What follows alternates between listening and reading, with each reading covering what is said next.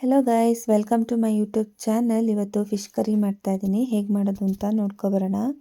First gas on ಮಾಡಿಕೊಂಡು ಒಂದು ಬಾಣಲಿ ಇಟ್ಕೊತಾ ಇದ್ದೀನಿ. ಬಾಣಲಿಗೆ ಸ್ವಲ್ಪ ಆಯಿಲ್ ಆ್ಯಡ್ ಮಾಡಿಕೊಂಡು ಹಸಿಮೆಣ್ಸಿನ್ಕಾಯಿ, ಈರುಳ್ಳಿ, ಸಾಲ್ಟು, ಟೊಮೆಟೊ ಹಾಕ್ಕೊಂಡು ಚೆನ್ನಾಗಿ ಫ್ರೈ ಮಾಡ್ಕೋಬೇಕು.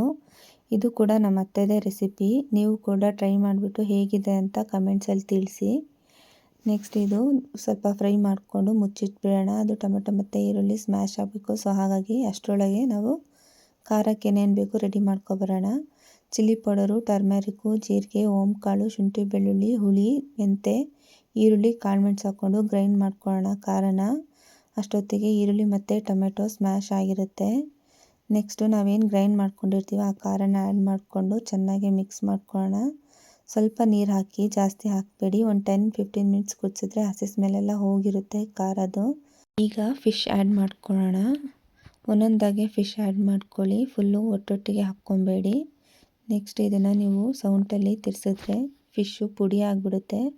ಸೊ ಹಾಗಾಗಿ ನೀವು ಈ ಬಾಣಲಿ ಇಟ್ಕೊಂಡು ಸ್ವಲ್ಪ ಹಾಗೆ ಶೇಕ್ ಮಾಡಿಬಿಟ್ಟು ಒಂದು 10 ಮಿನಿಟ್ಸು ಚೆನ್ನಾಗಿ ಫಿಶ್ನ ಬೇಯಿಸಿದ್ರೆ ಫಿಶ್ ಕರಿ ರೆಡಿ.